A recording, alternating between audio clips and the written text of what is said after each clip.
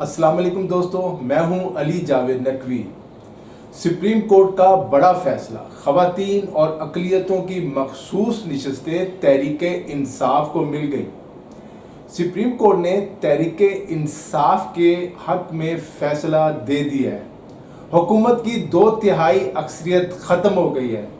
2/3 अक्सरियत ख़त्म होने के बाद पार्लियामेंट कोई आइनी और कानूनी तरमीम नहीं कर सकेगी। हुकूमत के हाथ बांध दिए गए हैं। शहबाज शरीफ हुकूमत ख़त्म हो सकती है। मखसूस नशस्तें मिलने के बाद तहरीक इंसाफ चाहे तो पीपल्स पार्टी की हमायत से शहबाज शरीफ के ख़िलाफ़ तहरीक अदम एतमाद ला सकती है। देखते हैं क्या फ़ैसला करते हैं। फ़ैसला PTI की बहुत बड़ी कामयाबी है।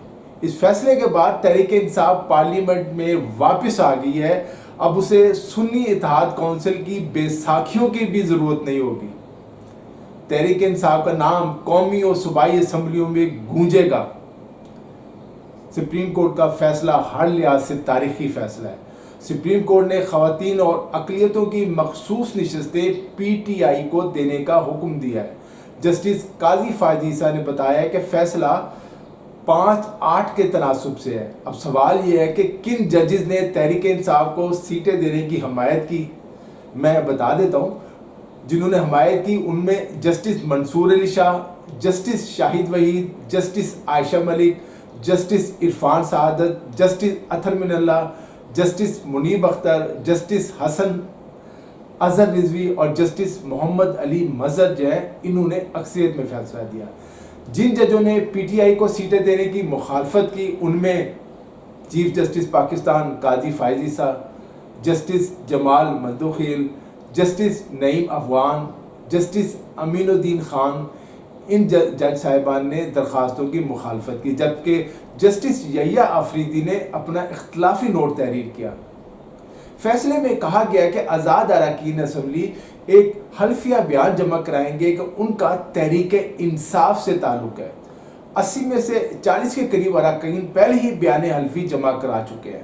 दोस्तों, ये मुमकिन है कि हुकूमत के दबाव या वजारत और मुशीर के लालच में जो बाकी आज़ाद अरकान असम्बली हैं उनमें से कुछ बयान हल्फी जमा कराने से इनकार कर दे और कहें कि हम आज़ाद हैसियत बरकरार रखेंगे।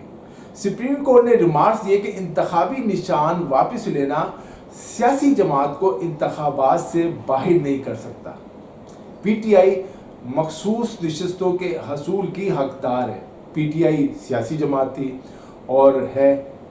ये सुप्रीम कोर्ट का फैसला। जस्टिस मंसूर अली शाह ने फैसला सुनाते हुए सुन्नी इत्तेहाद कौंसिल की मखसूस नशस्तों से मुतालिक इलेक्शन कमीशन और पेशावर हाई कोर्ट के फैसलों को कालअदम करार दिया और कहा कि इलेक्शन कमीशन का फैसला आइन के खिलाफ है।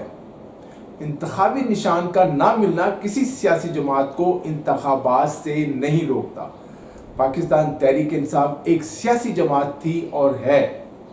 सुप्रीम कोर्ट ने ख़वातीन और अक़लियतों की मखसूस नशस्तें PTI को देने का हुक्म देते हुए कहा है कि पंजाब, खैबर पख्तूनख्वा और सिंध में जो मखसूस नशस्तें हैं वो PTI को दे दी जाए। अभी तो इलेक्शन कमीशन ने बंदरबाट कर दी थी। सुप्रीम कोर्ट ने PTI को पार्लियामेंट और सूबाई असम्बलियों में बतौर सियासी जमात भी करार दिया है और सुन्नी इत्तेहाद कौंसिल की अपीलें मुस्तरद कर दी। सुप्रीम कोर्ट के फैसले में कहा गया है कि PTI इस फैसले के 15 रोज़ में अपने मखसूस अफराद की के जो नाम है नशस्तों के लिए उसकी जो फहरिस्त है वो जमा करा सकती है। बाकी 41 उम्मीदवार भी 15 दिन में सर्टिफिकेट दे सकते हैं कि वो इसी जमात के यानी PTI के उम्मीदवार थे। फैसले के मुताबिक इलेक्शन कमीशन ने 80 उम्मीदवारों का डेटा जमा करवाया। इंतखाबी निशान ख़त्म होने से किसी जमात का इलेक्शन में हिस्सा लेने का हक ख़त्म नहीं होता। इंतखाबी निशान का ना मिलना किसी सियासी जमात को इंतखाबात से नहीं रोकता। अदालती फैसले में कहा गया कि सुन्नी इत्तेहाद कौंसिल आइन के मुताबिक मखसूस नशस्तें नहीं ले सकती। PTI बतौर सियासी जमात कानून और आइन पर पूरा उतरती है। फैसले में मज़ीद कहा गया है कि PTI बहैसियत जमात मखसूस नशस्तें हासिल करने की कानूनी व आइनी हकदार है। कौमी और सूबाई असम्बलियों के मुंतखब अरकान PTI का हलफनामा दें। जिन उम्मीदवारों ने सर्टिफिकेट दे दिया है कि वो पीटीआई के हैं उनका ताल्लुक, तो वो ज़ाहिर ऐसे ही रहेगा। पीटीआई के मुंतखब उम्मीदवारों के किसी और जमात का या आज़ाद उम्मीदवार करार नहीं दिया जा सकता। चीफ जस्टिस ऑफ पाकिस्तान ने कहा कि इलेक्शन कमीशन ने पीटीआई के अरकान को निकाल कर फैसला दिया है। इस बुनियाद पर पेशावर हाई कोर्ट का फैसला कालादम करार दिया जाता है। इलेक्शन कमीशन ने गलत तौर पर पीटीआई उम्मीदवारों को आज़ाद डिक्लेयर किया। पीटीआई ने आज़ाद करार दिए जाने के इलेक्शन कमीशन के फैसले को चैलेंज ही नहीं किया। जस्टिस काजी फायद ईसा का कहना था कि इलेक्शन कमीशन ने अपनी जिम्मेदारी पूरी नहीं की। इलेक्शन कमीशन दोबारा मखसूस नशस्तों की तकसीम करे, ये इलेक्शन कमीशन पर भी अदम एतमाद है। अब पीटीआई के मुंतखब अरकान या खुद को आज़ाद या पीटीआई का अरकान डिक्लेयर करें।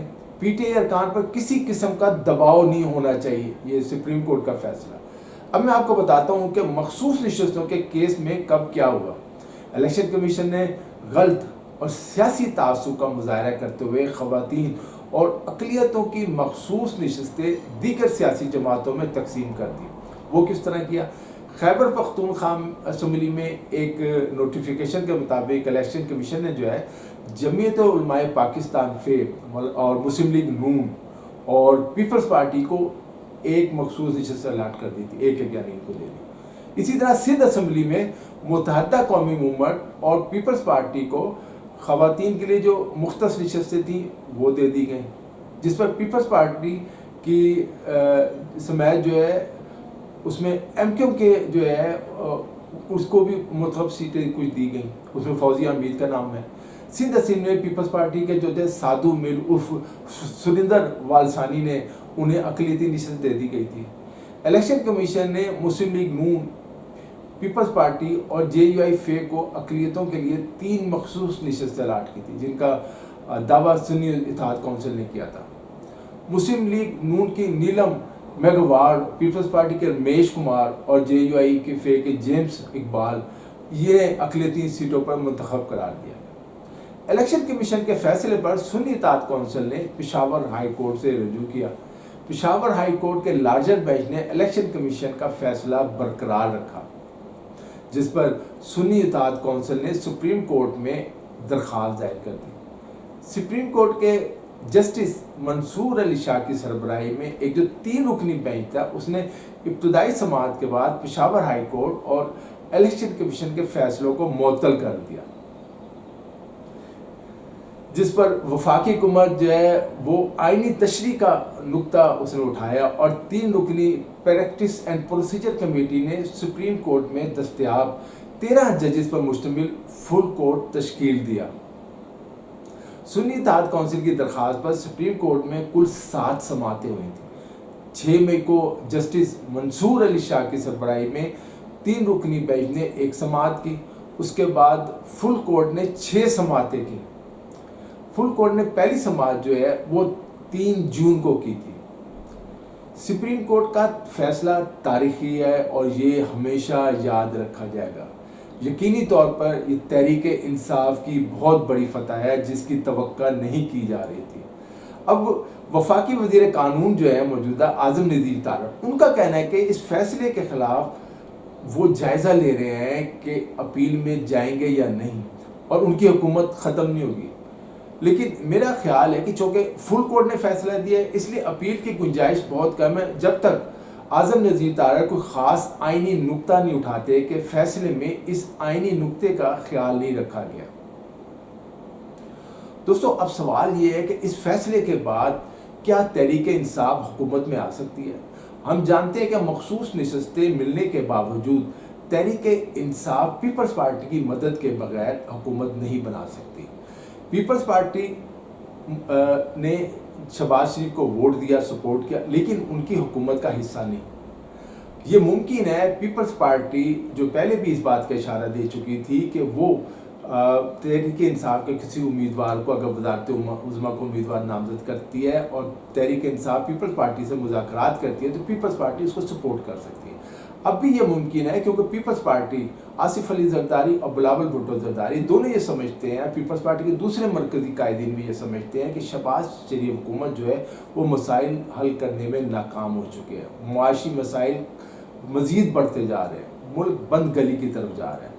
तो इस सूरत हाल से निकलने के लिए ये मुमकिन है कि पीपल्स पार्टी और तहरीक इंसाफ के मरकज़ी रहनुमा जो है वो मिल बैठे, बातचीत करें और पीपल्स पार्टी तहरीक इंसाफ का वज़ीर आज़म लाने के लिए तहरीक इंसाफ को सपोर्ट करें। और उससे पहले अगर तहरीक इंसाफ शहबाज शरीफ के ख़िलाफ़ तहरीक अदम एतमाद लाती है तो पीपल्स पार्टी उस तहरीक अदम एतमाद को सपोर्ट कर सकती है। लेकिन चूँकि ये सियासत है, पीपल्स पार्टी एक अलहदा जमात है, तहरीक इंसाफ का अपना एजेंडा है। अब सियासी मफादात होते हैं। आसिफ अली जरदारी पीपल्स पार्टी के सदर हैं। अब क्या तहरीक इंसाफ आसिफ अली जरदारी को भी सपोर्ट करती है और पीपल्स पार्टी को सपोर्ट करती है? पीपल्स पार्टी को अगर तहरीक इंसाफ अपनी हुकूमत बनाना चाहती है, अपना वज़ीर आज़म लाना चाहती है शहबाज शरीफ को हटाकर, तो क्या पीपल्स पार्टी के साथ मिलकर चलेगी? ये वो बातें हैं जो आइंदा चंद दिनों बाद सूरत हाल बिल्कुल वाज़ेह हो जाएगी। इमरान खान का मौक़िफ़ तो यही है कि वो पीपल्स पार्टी, MQM और मुस्लिम लीग नून से मुज़ाकरात नहीं करेंगे। लेकिन चूँकि अब एक बिल्कुल नई सूरत हाल पैदा हो चुकी है जो इस बात का इम्कान है कि अगर तहरीक इंसाफ चाहे पीपल्स पार्टी के साथ मिलकर मौजूदा हुकूमत को ख़त्म कर सकती है, शहबाज शरीफ हुकूमत का तख्ता उलट सकती है। बहरहाल अब ये फ़ैसला इमरान खान ने करना है। अब जो इमरान खान को पहली बड़ी अवामी हमायत हासिल है, इस फैसले के बाद तहरीक इंसाफ की इमरान खान की पोजीशन मज़ीद मजबूत हो गई है। दोस्तों आज के लिए इतना ही। अली जावेद नकवी को इजाज़त दीजिए, अपना ख्याल रखिएगा। खुदा हाफिज़।